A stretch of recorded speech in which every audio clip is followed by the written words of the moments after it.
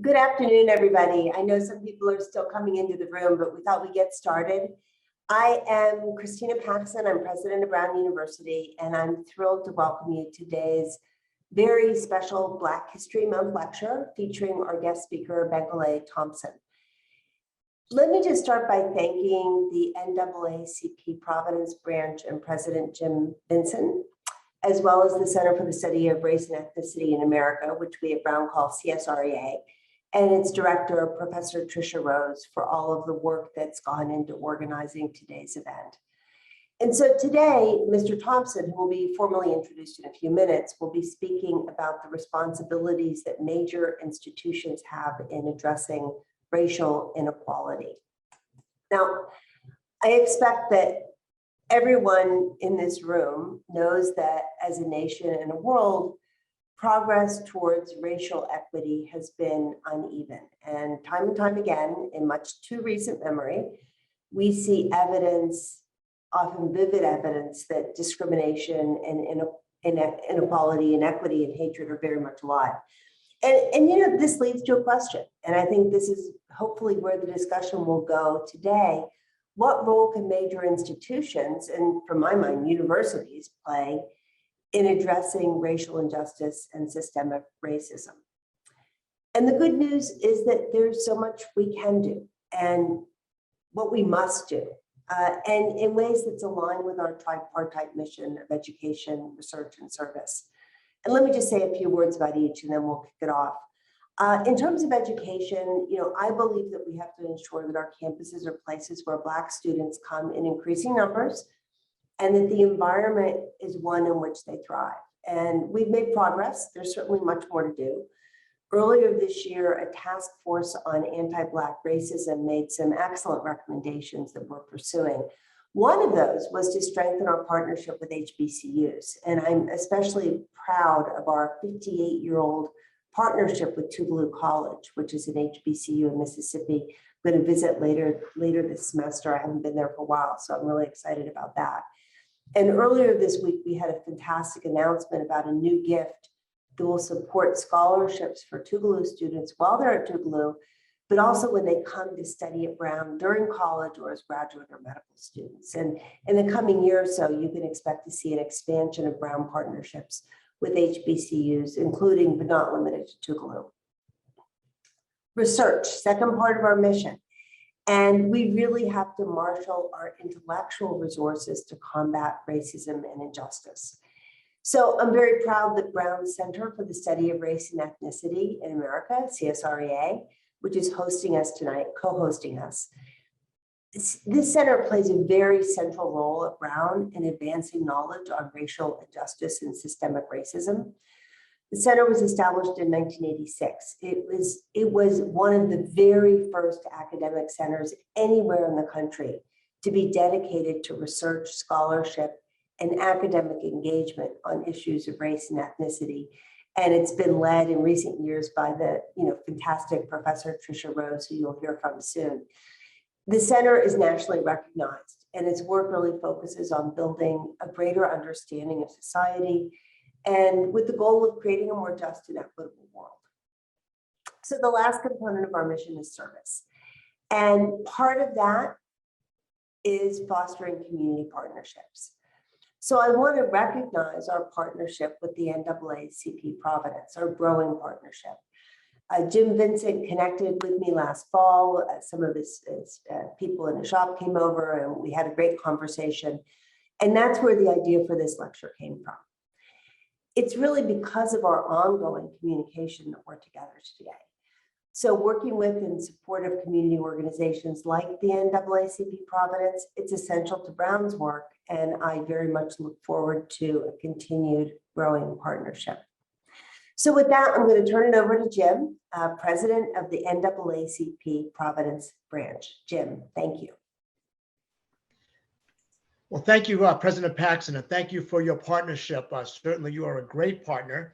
And thank you also, Tricia Rose from the Center for the Study of Race and Ethnicity in America. I'd like to thank you for partnering with us in this really great webinar that we're getting ready to undertake.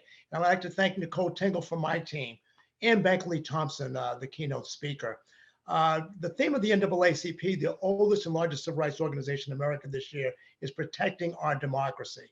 And as we can read or we can look on television, we know that our democracy, this multicultural democracy that we all want, is under assault. It began with pretty much the gutting of the pre-clearance section of the Voting Rights Act, and it continues with over 400 bills in over 30 states to try to roll back voting rights and voter access. So protecting our democracy is first and foremost on the minds of people in the country, but especially with the NAACP. So this is timely, and I thank our partner, Brown, and also the Center for helping us do this. Now, Bankole Thompson is a friend, and he is somebody that is a nationally renowned journalist, author, sought-after speaker, and thinker with profound commitment to racial justice. He played a prominent role in the 2020 presidential campaign, appearing on CNN to make the case for racially diverse Democratic presidential ticket, and was invited by CNN to respond to the historic selection of Kamala Harris as vice presidential candidate. Writing from Detroit, the largest Black city in the nation, we like to say, he has an up-close view to the issues affecting Black people. He was one of the first Black journalists in the country to conduct a series of exclusive sit-down interviews with President Obama during the historic 2008 presidential campaign. His longstanding work in the national racial justice community is well known. For example, he was the keynote speaker for the Providence NAACP's 98th Freedom Fund dinner 11 years ago.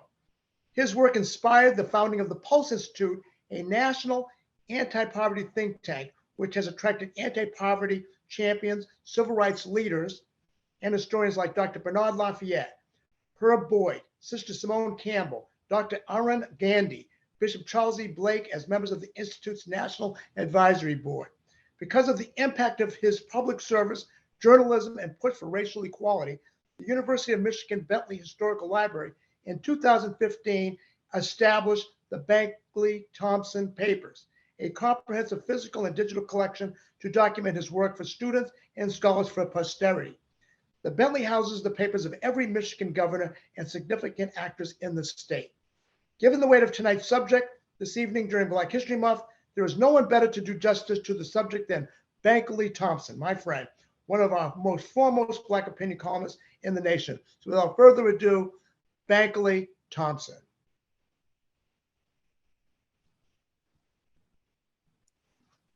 Thank you so much, Jim Vincent, the able president of the NAACP. Let me begin by thanking President Paxson for those kind and generous welcoming remarks.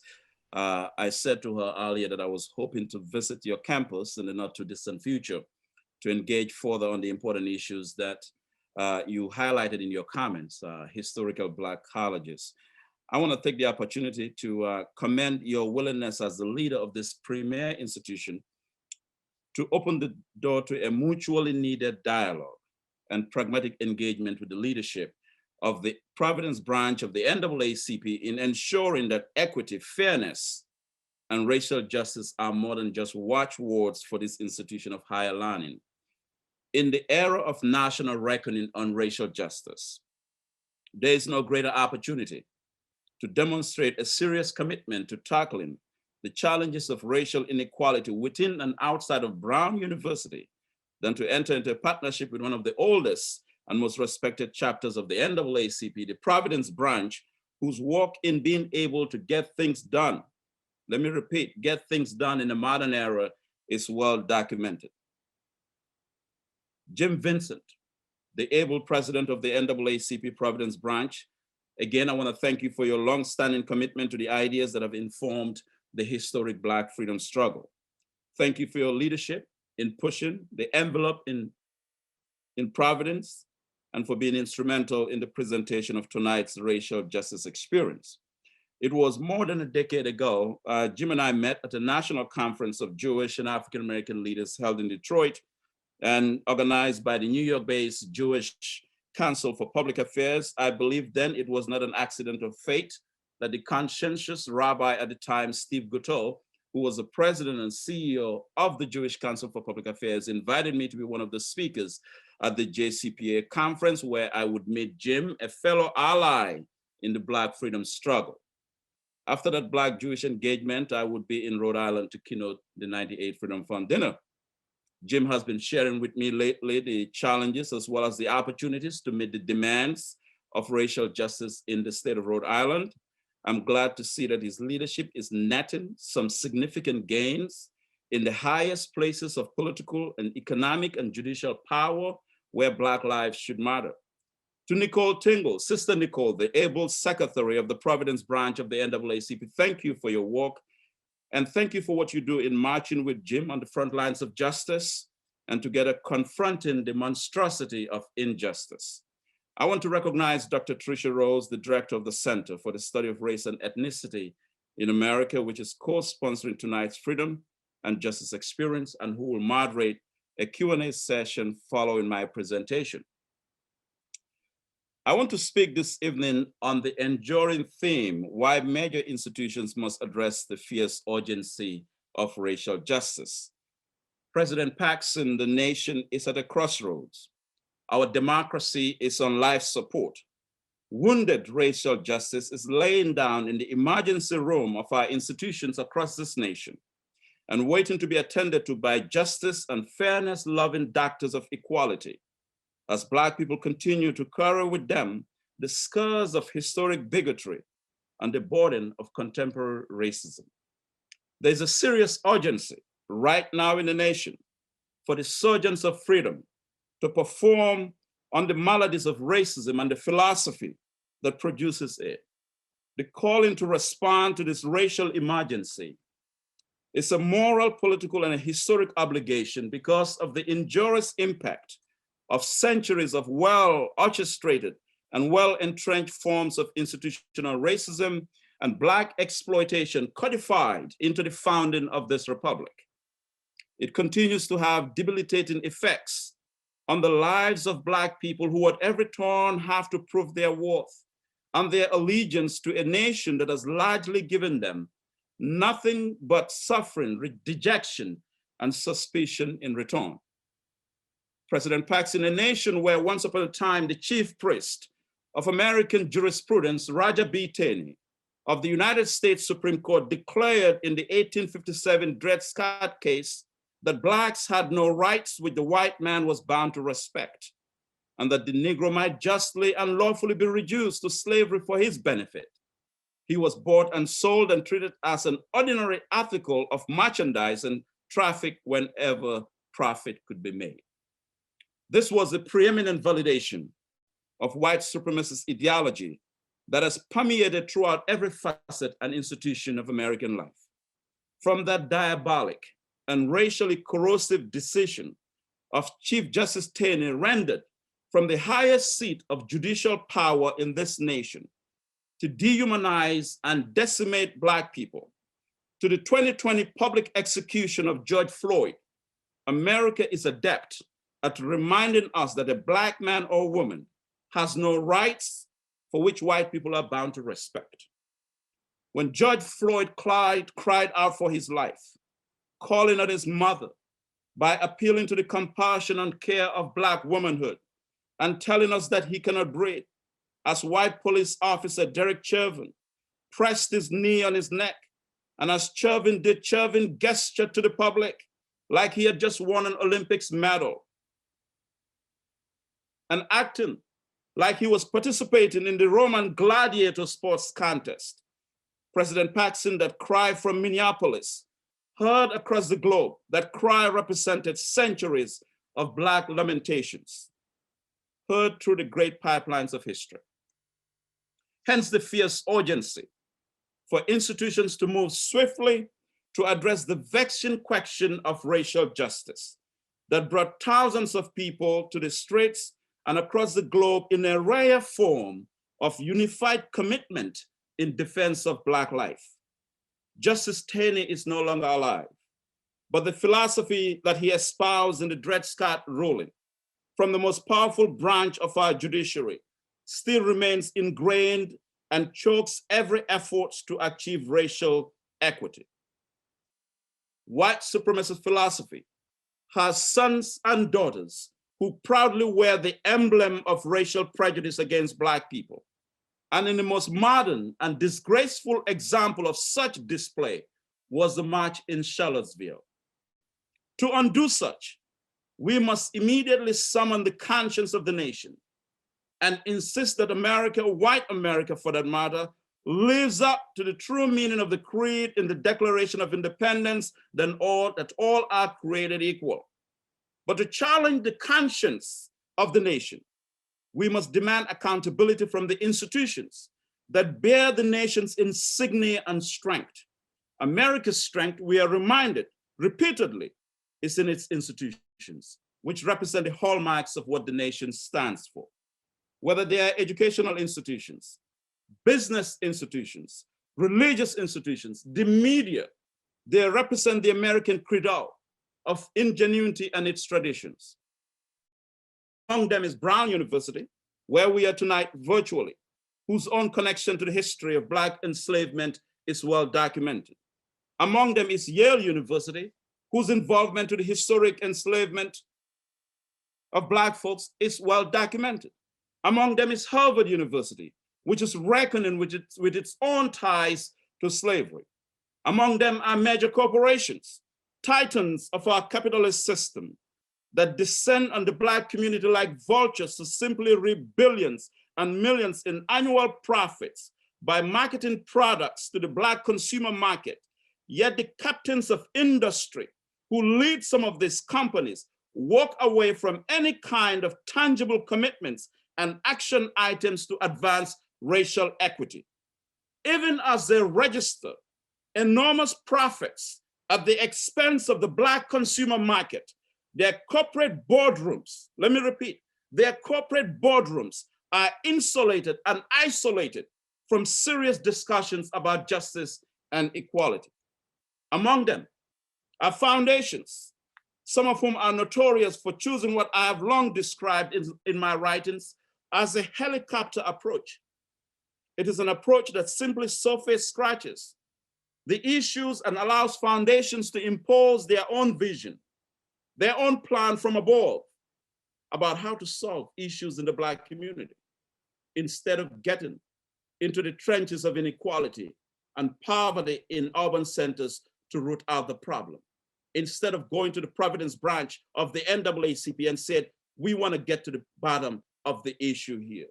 To achieve racial justice, foundations must abandon the helicopter approach to solving inequality in the Black community.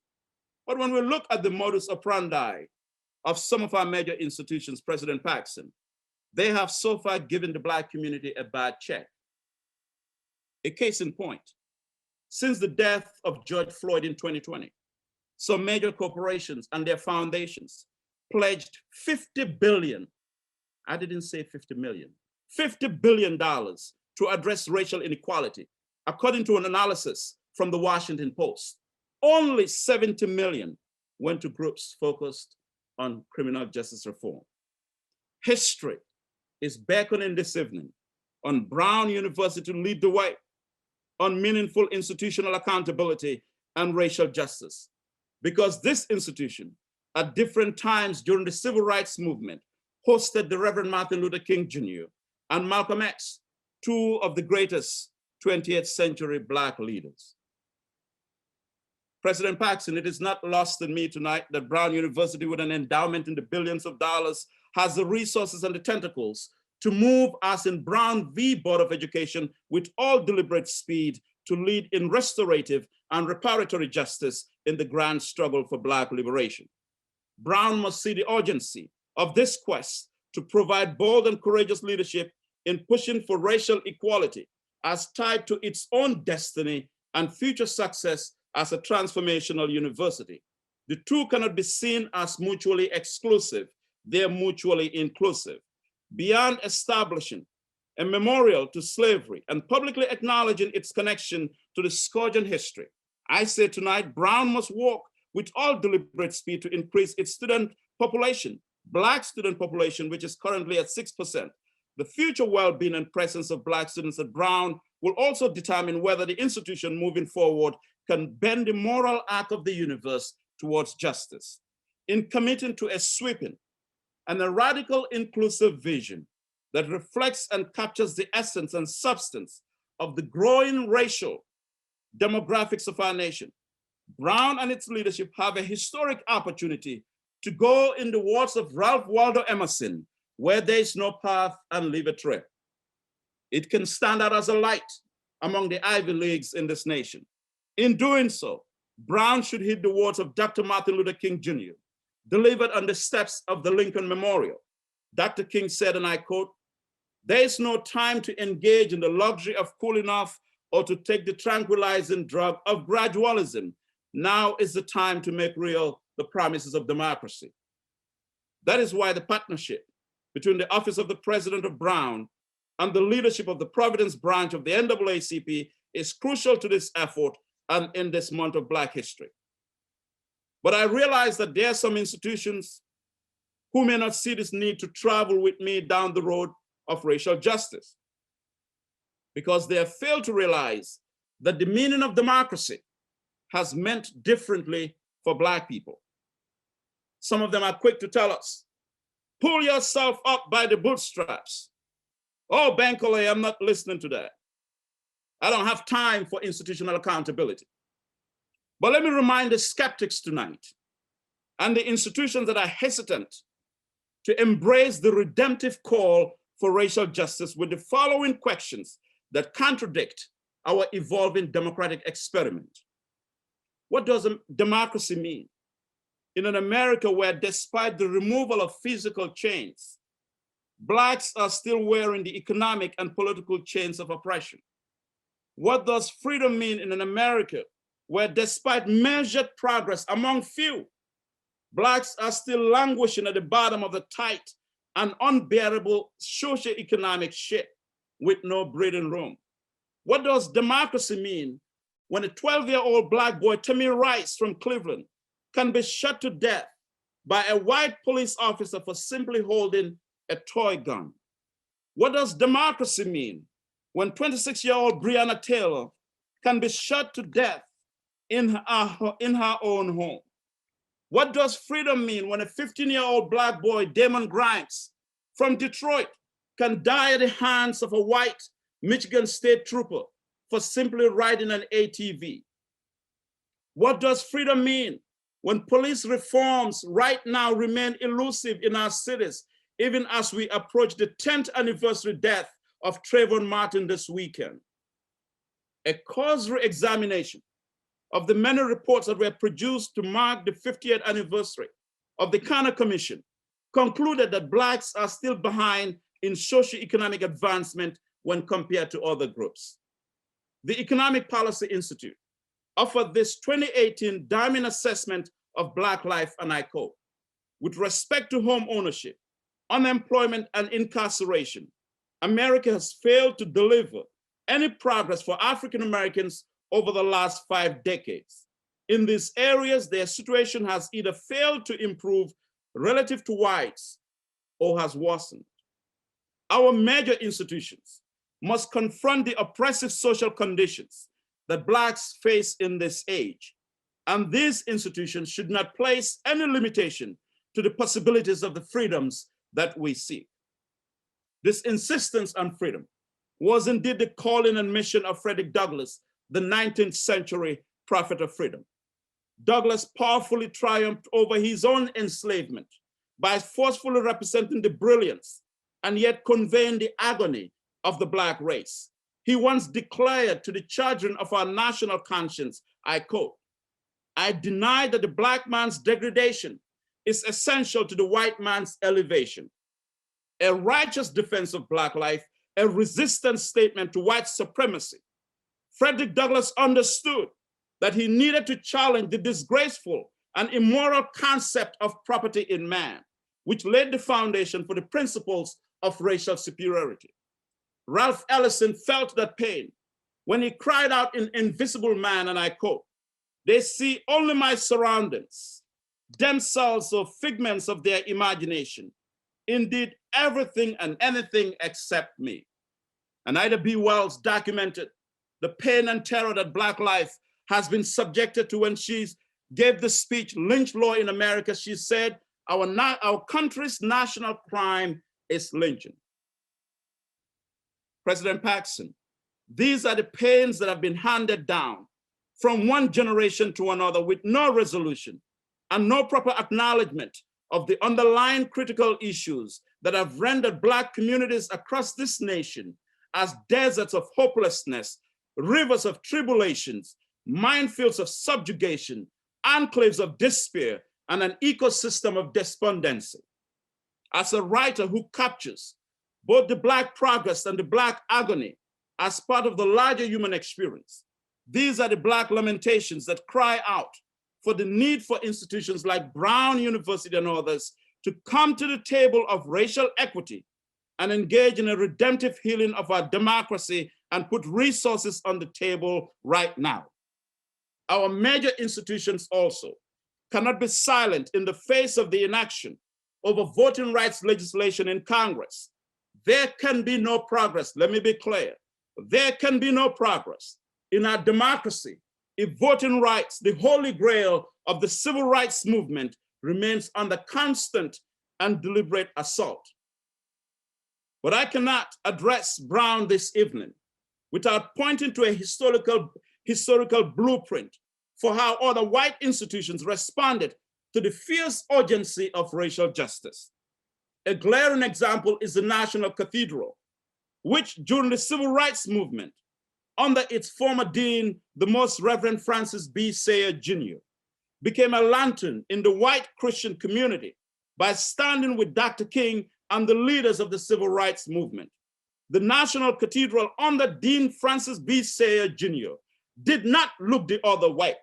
In fact, Dean Sayer brought the prestige and the platform that the cathedral provides as an anchor in white Christendom to the battle against Jim Crow. And from the pulpit of the cathedral, he railed against the infamous Senator Joseph McCarthy, as well as the immoral war in Vietnam. In fact, this year's Martin Luther King Jr. holiday, I devoted my column to highlighting the role that Reverend Sayer played and how he helped to lead a delegation from Washington that participated in the historic march for voting rights in Selma. He would invite Dr. King to deliver what would be his last Sunday sermon at the National Cathedral before King took on an assassin's bullet later that week in Memphis. Reverend Sayer, President Paxson, was faced with an existential question, a question that every leader of a major white institution in America right now must face. And that question was posed by William Shakespeare in the illustrious play Hamlet, to be or not to be. Reverend Sayer chose to be with the civil rights movement. The Socratic question of the hour is, will the modern day leaders of our major institutions be with the racial justice movement? Dean Sayer would later tell the Washington Post, and I quote, "Whoever is appointed the dean of the cathedral has in his hands a marvelous instrument, and he's a coward if he doesn't use it." In my recent correspondence with the 11th dean of the National Cathedral, the very Reverend Randolph Marshall Holroyd, he assured me that the cathedral has not abandoned the example of Reverend Sayer. In fact, as he put it, and I quote, "His leadership should never be forgotten, and while we all live in Sayer's shadow, here at the cathedral, we do strive to imitate his example."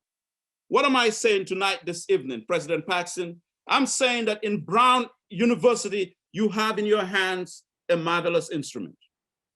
This institution of higher learning can be an unquestioned and reliable ally in the demand for Black liberation in the modern era. We need educators and educational administrators who are not afraid to write justice with Black ink on white paper. And we can point to examples around the country. We can see examples like Dr. Curtis Ivory, the Chancellor of Wayne County Community College District, who has been championing meaningful educational equity in this part of the nation, and whose work, according to the late Black scholar Martin Marable, and I quote, illustrates the necessity for educators to ground themselves with a passionate commitment to justice and fairness for all members of society. We need our major institutions who will take a public stance against the false prophets, the merchants of fear, who are selling the stale meat of prejudice and offering blatant lies about critical race theory and an attempt to dumb down an essential part of American history, the history of enslaved Black people. Last July, I had the distinct honor of delivering the opening eulogy at the homegoing service of a sharecropper, an ordinary, unassuming Black woman named Jenny Kusa Kenlack, who was born in Dillon County, South Carolina, one of the founding member states of the Confederacy. She grew up picking cotton on the slave plantations in Dillon County before later moving to Detroit in 1967, the same year of the race rebellion in Detroit.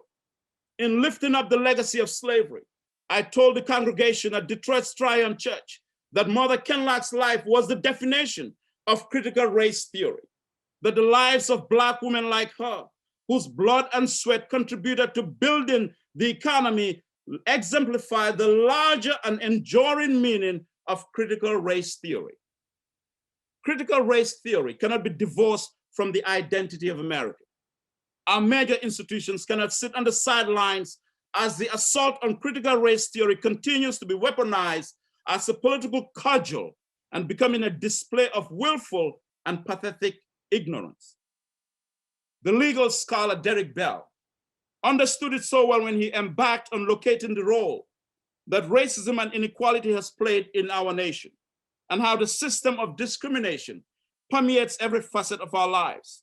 As Derek Bell himself would write in the prophetic title of the book, Faces at the Bottom of the Well, The Permanence of Racism. The stories of lamentations that are well documented, and they underscore the urgency to tackle racial justice.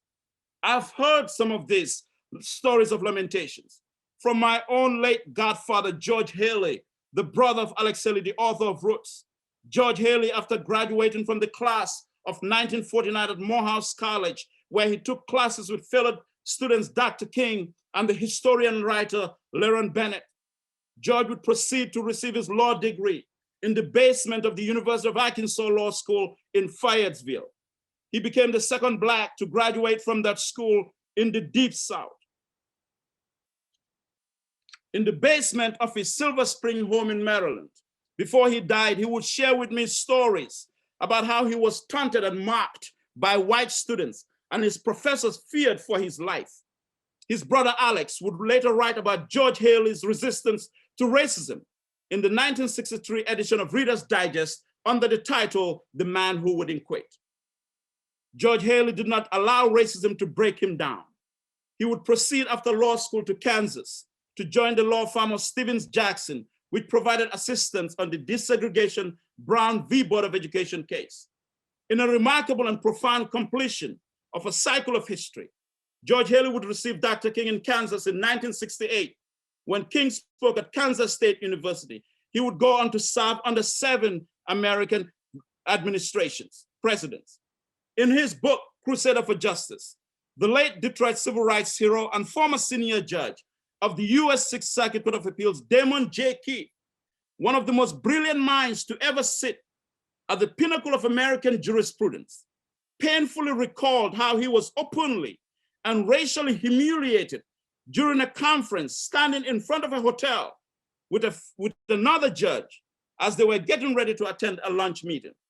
Judge Keith, who mentored many legal luminaries in this nation, including the late civil rights lawyer and champion Lani Guinier, who clerked for Judge Keith. Judge Keith was mistaken for a valet by a hotel guest who threw his keys at the then 69-year-old Judge Keith and called him a boy. Black life cannot escape the shame and pain of the legacy of slavery unless we are willing to confront the truth about the damning and continuing effects of the institution of slavery. In doing so, we must also accept another fact: institutional accountability must be part of achieving racial justice. My presentation here tonight will be incomplete without me calling for a greater and more deeper partnership between institutions like Brown and historically Black colleges and universities. President Paxson, in your commencement address delivered at Tougaloo College in 2014, you reaffirmed Brown's commitment to work with Tougaloo. But in a larger scale, there must be a concerted effort in the wider Ivy League community to fully support Black colleges especially in these trying times. As a matter of fact, I have accepted the invitation of Dillard University to travel to New Orleans to deliver a keynote address on the campus of Dillard on April 7th, the week of the anniversary of Dr. King's assassination. Dillard University has been a citadel of Black education and empowerment since its founding. Look at the alumni list. Reverend Martin Luther King Sr., the father of Dr. King. Dr. Benjamin Elijah Mays, the mentor of King and the former president, trailblazing president of Morehouse College. The historian, John Hope Franklin. Your own former president, Ruth Simmons. Dillard University and other similar Black colleges have produced some of our most significant Black thinkers of the 20th century. Black colleges have produced Dr. King, George Damon Keith, Alex Haley, George Haley, Laren Bennett, I could go on, and they continue to nurture and prepare exemplars of Black excellence and transformation. As I conclude my remarks this evening, let me point to a report released last year from the city of Providence that documents the compelling evidence of centuries of racial injustice against Black and indigenous people, and the role that Providence and the state of Rhode Island played in the human carnage. The report, according to the city's own mayor, is part of the first phase of addressing systemic racism. But the report is also the story of subjugation that is known in too many Black communities in this nation. That is why reparatory justice is so necessary in this age. That is why the engagement between the leadership of the Providence Branch of the NAACP and the Office of the President of Brown is an opportunity to address long-term racial disparities and endemic poverty that has defined most of the part that has largely defined Black life. This Race and Democracy Forum in the era of Black Lives Matter is about the conflicts of the past, the cultural struggles of the present, the drive for economic empowerment in the Black community, the ever-present need to affirm the human rights and dignity of Black people. But it also forces us into a unified moment this evening in which we play a role to foster our common interest. There are those who are saying right now as I'm speaking, leave it alone, Bankole, leave it alone. Do not rock the boat here. Don't raise no hell with no company. Water down, milquetoast the work of the civil rights organizations. Make them submissive to the racist status quo system. But I strongly disagree. I disagree because there's a noble truth embodied in Arthur Miller's Death of a Salesman when he talks about the difficulties, the moral and material challenges of changing with time. Arthur Miller in The Death of a Salesman said that at some point, we must confront our innermost conflicts that mirror our external conflicts in our search for wholesomeness. But The Death of a Salesman reminds us that despite the whirlwind of change facing Providence, Detroit, and other cities, we see what is happening on the horizon. And we can say, carpe diem, seize the day. The customs and mores of the marketplace in the American system justify us in having a new vision for racial justice and being able to articulate that vision to others. So I say tonight in my final remarks that we must become salesmen and saleswomen for racial justice. Thank you so much.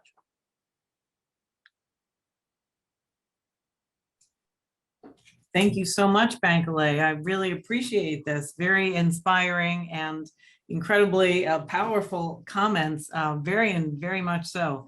I mean, it was tour de force. Thank you for that. It's really, really, you know, to be reminded so intensely about that really important notion of the fierce urgency of now. I think is a very powerful way to open this conversation that we're having. Let me just remind everyone, our plan here, just to transition, is that I'm going to talk with Bankole for a couple of minutes, and then we'll open, check in some of the questions in the Q&A and invite the audience in to be part of the conversation as well. But I got to have a few questions. It's my privilege and honor as co-host, to engage just a little bit here. So this fierce urgency of now, you know, you're taking this, it's a beautiful phrase to me, and it, you know, its historical resonance is extremely important because it speaks to the core kind of underlying problem that you're trying to shake us out of avoiding, which is that the urgency in the contemporary moment is always hidden by the normalization of inequality, right? And that normalization renders it sort of just natural and acceptable, right? And you want to constantly remind us that it's not normal and natural and that we should be fighting it to stay in that state. But that is always a challenge because the whole point of the day-to-day life that we live is to be normalized, right? That's the human condition, right? That's what that tension is about. So can you speak a little bit to what you, as a person who's clearly studied and written and read quite a bit about the civil rights movement and Black social movements in general, what would you think are the most activist and sort of valuable strategies that we can use to keep people engaged? In other words, I mean, obviously your speech is one of those things, and speeches in general. I mean, King was extraordinary at this, you know, many people were, but I'm thinking more at the level of, you know, everyday action. What can we do to really get people to stay in that mindset and survive that mindset, because it's an intense mindset, right? But so what were some of the things that you think that you've read have been successful on this regard? So I normally, you know, I have a favorite phrase that we must play chess, not checkers, in the sense that we have to be able to constantly beat the drum beat and remind people about the fact that what is happening is not normal. And we have to raise the urgency. We have to show, especially leaders in different spheres of influence, whether it's Brown, whether it's a major corporation, we have to show the fierce urgency of what their behavior or their conduct, how much it is having an impact on our lives. And within ourselves, and you know, and I understand this because I write about this, you know, sometimes it's, you feel like you get beaten down, but that should not cause us to rest, because let's go back to the civil rights movement for a second. Let's just do a historical excursion, right? So here I am, probably have two phones, smartphones and so forth, can talk to anybody via Skype, Zoom, and all of that. During the civil rights movement, they did not have that, but they were able, they used their genius to keep the issue at the forefront of the nation's conscience. The Montgomery bus boycott, you know, when we talk about a demand for restorative justice, people will show up 1 or 2 days and everybody goes to business as usual.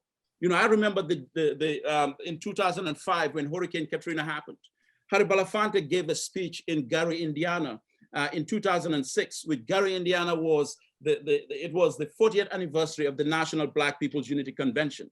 The last one was in the 70s when Dick Hatcher was appointed, elected the first Black mayor of Gary, Indiana. Harry Belafonte said something that really resonates with me. He said, it's only in this nation that Hurricane Katrina happened and Black people got up the next day, went to work as usual. Yeah. And there was no outrage. So what I'm saying is that we have to maintain that endurance, and we have to keep the issue at the forefront, even when it appears as if people are losing interest. Yeah. So this is really interesting. I'm going to push a little bit on this because I think you're going to have something really interesting to say in response. So couldn't agree with you more that our ancestors had, you know, dial-up phones if they were lucky, and they didn't have all these smartphones. But they also didn't have this amazing mass media apparatus to fight. If you remember, you know, political organizing from, you know, more conservative forces back in the day said that the media was complicit in making the American citizenry support the civil rights movement by showing footage of violence against Black people on the news. And the same thing was true around Vietnam, right? And the question was, what role does the media play, right, in building solidarity or in denying it? And today we have this massive distraction factory, right? So how do we get young people? And this is me sort of also responding to a question that I see here, but putting it in this context of what we're saying, you know, that young people have so much constant distraction. How can we expect them to attend to these sort of primal and very difficult issues, right? When there's such an engine of factors against them. So I guess what I'm saying is that our elders had a disadvantage, but in a way they also had some greater advantages around connecting with communities. Right, but I think also the internet, I call it the Great Equalizer. It provides a profound opportunity, and we have to find a way to meet young people where they are. Social media is a very, there's something called Black Twitter, right? And that's kind of funny because 10 years ago, there was no such thing as Black Twitter. Black Twitter is speaking. So it wasn't even Twitter, let alone Black Twitter. So I think social media gives us that ability. But as it relates to the media, though, I think the media will always remain culpable. Look, Dr. Rose, it was 2 years ago. Just, the reaction to the George Floyd. The Los Angeles Times wrote an editorial apologizing for its role, for what it did in LA, how it covered the Black community, how it paid more attention to police sources as opposed to ordinary. Absolutely, so I think the media culpability is indisputable. It will ever remain. But what we can do is control our narratives, and we can use the platform, we can use social media to really advance this issue of racial justice. Okay, I agree with that. Just wanted to see what you were going to say, because I do think it's a slightly different environment. Okay, let me ask another question for you, and then I'll go to some questions here in the margins. If you laid out a long history with lots of really powerful illustrative moments about the role of law, the role of ideology, the role of power to thwart racial equality, but also the moments that we have fought back to create moments or attacks on inequality that have been institutionalized. But what would you say to someone who says that actually these attacks, these responses, critical race theory, the fights against the Voting Rights Act, and so on and so forth, are signs of success on our part or on the part of activists who are fighting for racial justice, and that we should expect this backlash, that this is actually what will happen when we make inroads? So in a sense, there is some success. What would you say to people who might offer that reading? It's the only thing that is constant is change, right? So we're still an evolving democratic experiment with a lot of contradictions. And so, the attack underscores the power of the quest for racial justice, and that we're supposed to accept it. Partially, I agree, but my invoking critical race theory in the context that I put it, though, is what we're not seeing, Dr. Rose, is this. So we're not seeing, the president of American Express. We're not seeing major heads of industry captains coming out and saying, wait a minute, hold on, stop the nonsense. Critical race theory, this is the definition. This is what it is. In fact, critical race theory is the definition of America. We can make that argument with empirical evidence that makes the case. So we are not seeing major institutions coming out. So it's almost as if we are left to our own in the wilderness where we have to stop, basically respond to the shot. But we are not seeing major industry captains, heads of major institutions saying, Dr. Rose, Bankole, I agree with you. In fact, we are going to step out. Even when the chairman of the Joint Chiefs of Staff came out and said, hold on, this is an anti-intellectual. He was perhaps the only prominent white man that I know of in this nation who came out in defense of critical race theory, not as an empirical evidence, but as an intellectual exercise. That's the way he said it. He didn't make the compelling case. He made the case for intellectual exercise. Yeah. I mean, one of the things that, I've spent a lot of my time dealing with racial inequality addressing is how much harder it is to really deal with the nuances of how racial ideas get reproduced. It's much easier for captains of industry, as you call them. I haven't used that phrase in a long time. Captains of industry to say we're against the murder of George Floyd in the street. I mean, it's kind of hard to be for the murder of George Floyd in the street, right? So it's not impossible, because there are people apparently who can find a way, but most do not. So it's an easier thing to stand against. But what do people know about critical race theory? What do they know about Black history, right? And things get much more complicated when you're asking for alliance and analysis and solidarity on something like that. And so you're right to be concerned about that. But part of it, I think, is, I'm going to say this again, just to have, some sort of give you some place to chew on. But, part of it is that there's been such a focus on extreme violence in our national media that what gets erased is what you said in that wonderful quote about, what hasn't happened over the past 50 or 60 years in education, inequality, right? The criminalization, healthcare disadvantages, right? There's this huge set of systems that go on relatively benignly in appearance, but we spend our time focusing on extreme moments of violence, usually at the hands of the police, right? So I guess I want to, say, how do we get people to pay attention to those more nuanced things so that we can develop a vocabulary to produce the kinds of institutional change you're looking for, right? Because that's how institutions have to change, right? I see where you're going. It's almost as if we need another modern day Harlem Renaissance, right? The rise of a new cadre, maybe of Black intelligentsia, if you will, trying to set a new narrative here.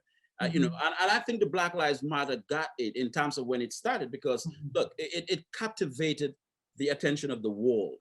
It became perhaps one of the most profound slogans of the modern era. It captivated people's attention. So the question is, how do we strategically build on that? Let me share something quickly, though. Dr. Bernard Lafayette, a very dear friend, actor for history. Dr. Lafayette in 2010 came to Detroit to keynote the launching of my book on Barack Obama. So I was driving him to the airport and we were having a conversation. And he said during the civil rights movement, and because I think I need to say this, Dr. Rose, because in as much as we want to hold major institutions accountable, which is the reason for my presentation tonight, we need some reality check on our end as well. So Dr. Lafayette said during the civil rights movement, they will come up with hypothetical questions about who should go speak to the president of Brown University, who should go sit down with an industry captain. They'll come up with a hypothetical question and they will ask the question, Bankole, Dr. Rose, are you available to go? And he said they will watch. The people that will rush and say, oh, I'll do it. He said they're the last people they will send in. Rather, they will pick those who say, hold on, let's think about this. Why does the president of Brown want to meet with us? Why is the governor trying to reach out to us right now? Why does the mayor now want to talk to us? Why does President Joe Biden want to talk to us as he considers a nominee for the Supreme Court? Right. And so and also, why did Obama want to talk to us? That's right, exactly. Let's include the brother in there. So I mean, you have to, right? Trust me, sister. I get it. Okay, But so Dr. Lafayette said they will pick those who will use analytical thinking, not just jump and say we want to get in front of the president of Brown, in front of President Biden. So I said to say that sometimes it's the negotiators, those who are in the room negotiating for us. Will determine sometimes to what extent we're able to achieve racial justice. Yeah. We have about 6 minutes left. I'm going to ask a really interesting question from our audience, and then we'll turn it over to President Paxson and Jim Vincent for some closing comments with you.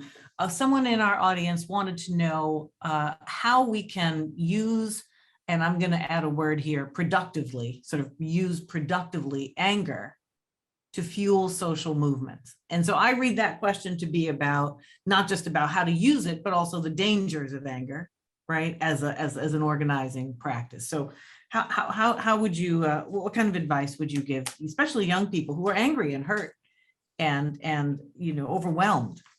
Yeah, well, I think we've got to be able to channel our anger into a creative form to advance our narrative. It's one thing to just engage in an outburst. I mean, we all can do that. We need that moment. You need to cry. You need to be upset. You need to wake up and act like somebody knock you off the head or something. But we need to be able to channel our anger into some sort of a creative project, a creative form to advance racial justice. And I think that's the best way, in my view, we can, really use that anger to channel it into something creative and do for self and build something and advance this debate. Yeah, I agree. And as someone who's been working at Brown very intently around, the diversity and inclusion initiatives that have been developed, it's a very painstaking, micro process. We think it's always about this sort of just getting this number or get this person in a position. And when you really get to doing it, I've learned quite a lot about how complicated it is and what a long sort of jigsaw puzzle process it is. And so you're right, the institutions are at the heart of that change. But there's the behind the scenes is a lot of sweat equity going on. Well, before we move on to our closing, I just wanted to thank you personally for giving a riveting and powerful and inspiring speech. I was like, I was going to sleepwalk through the rest of February, but you just helped me wake right back up. So I want to thank you for that. Well, sister, listen, I think Carter G. Woodson then must be smiling from the grave. I'm sure. I hope so. After what he heard, after you, he will be. Chris, I just want to turn it over to you to say a few words at the end. Thank you very much. Thank you. Thank you. I'll say a few words, and then I hope Jim also maybe you can spotlight him too. So he's up here as well with the rest of us. And really just a couple things. We're short on time, but I want to thank you for your comments. I appreciate your candor. And I appreciate your reminder, very vivid reminder of the urgency of the issues that we're facing. And in 1 minute, I could not do justice and respond to your remarks, but maybe we can continue the conversation. I actually really loved where you came out at the end, and I think it's a good lesson for our students who do feel that anger that you're talking about, especially our Black students, our students of color, our Indigenous students. And the question is, how can you harness that, and how can you harness it creatively and constructively, and undertake real action? Symbolic steps are great, but real action is more important. And I really appreciate the work that Tricia does and the work that Jim does in Providence and at Brown, along with many, many other people in our city and on our campus to get that work done. So with that, let me thank you again and turn it over to Jim. Well, thank you again, President Paxson, and thank you again, Director Rose, for your great Q&A there, or discussion with Bankole. Thank you, Bankole. I mean, I was fired up anyway. Now I'm really fired up. I'm ready to go. And for those who have not joined the NAACP Providence Branch, please take the opportunity to go to naacpprv.org, because if you want to do something, you want to be about something, consider our organization as an organization that maybe you can join and help us with push the envelope in terms of some of the same issues that Bankole Thompson had talked about this afternoon.